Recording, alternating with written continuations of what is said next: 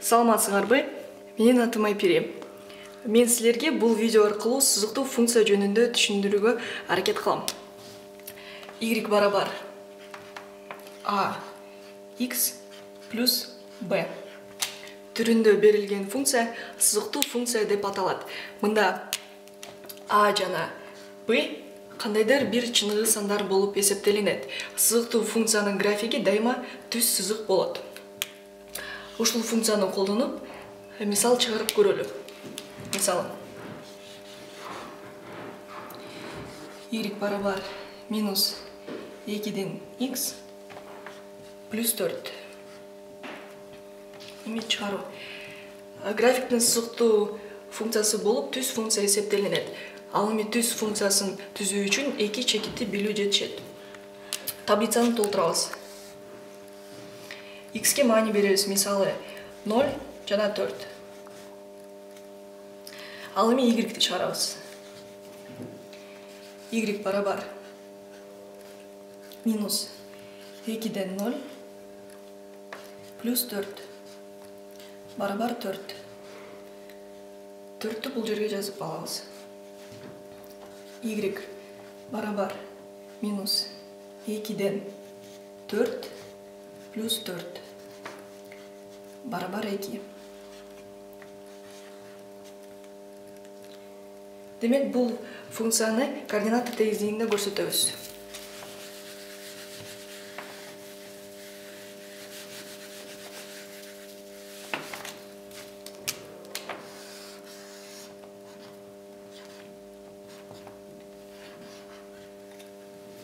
Белгилеп алабыз. 1, 2, 3, 4. 1, 2, 3, 4. X'ке маани беребиз. X 0 маанисинде Y 4. Чекитти белгилейбиз. X 4 маанисинде Y 2. Бир чекитти алабыз. Эми ушул чекиттерди түз сызык боюнча бириктиребиз. Демек, мындай түрдө берилген функцияны таптык. Y барабар минус 2ден x плюс 4. Ал эми экономикадан мисал келтире кетсек, маселе чыгарып көрөлү. Өндүрүүчүнүн бардык короткон каражаты кошумча колдонулган акчасы $200 жана буга кошумча өндүрүү каражаты $50 бир даана үчүн. Жыйынтыктоочу баасынын даанасына тиешелүү функциясын тапкыла жана графигин чийгиле. Бул маселеден x товардын даанасынын санын билдирет. Ал эми cx функция болсо толук баанын функциясын билдирет. Формула түзүп алабыз. Толук баа барабар качанын ичинде бирдиктин баасы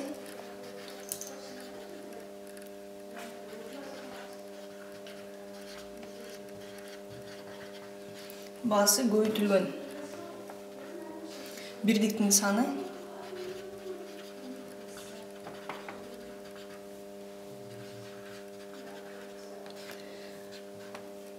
кошулган кошумча акча.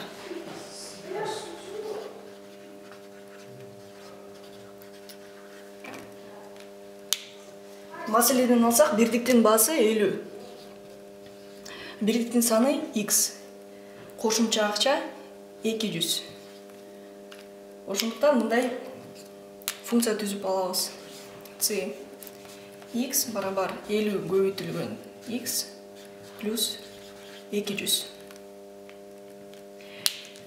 Эми таблицаны толтурабыз.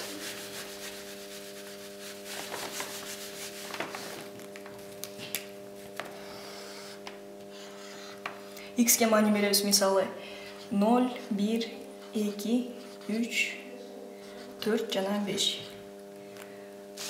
Ал эми cx'ти табыш үчүн биз жазып кеткенде эле бул функцияга коебуз.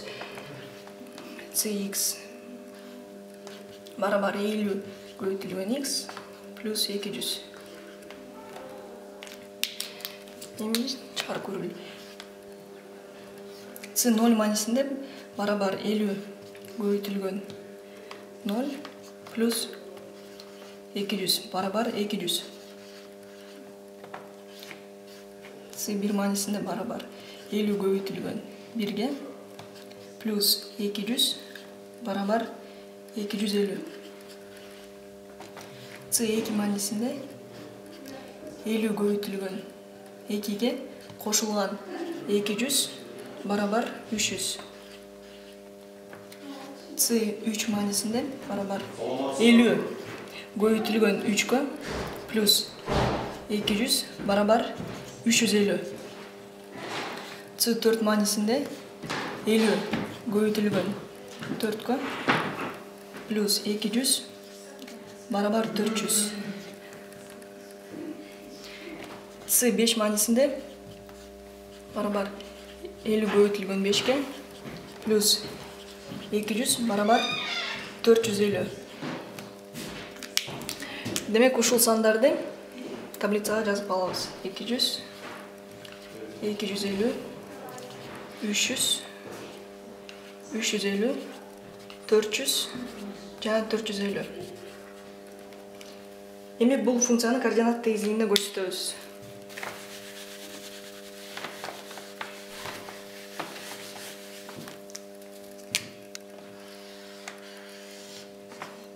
X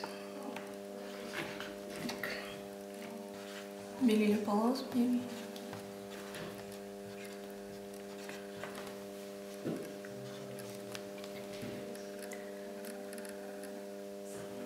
Демек, x 0 маанисинде y 200. x 1 маанисинде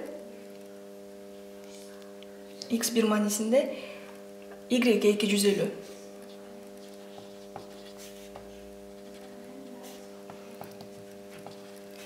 X 2 маанисинде y 300.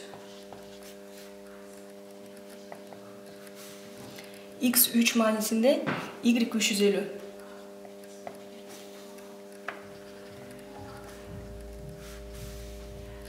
X 4 маанисинде y 400.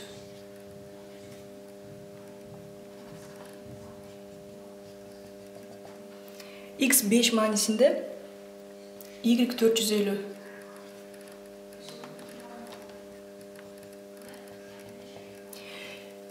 Эми ушул чекиттерди бириктиребиз. Демек, бул функцияны таптык. Плюс 200. Ал эми ушул маселеден даананын санына жараша биздин короткон каражатыбыз $50 кадам менен жогорулай берилет.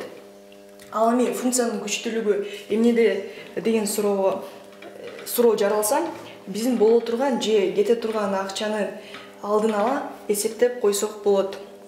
Ушул видео аркылуу сызыктуу функция темасы жөнүндө терең маалымат алдыңар деп ишенем. Көңүл буруңуздар үчүн чоң рахмат.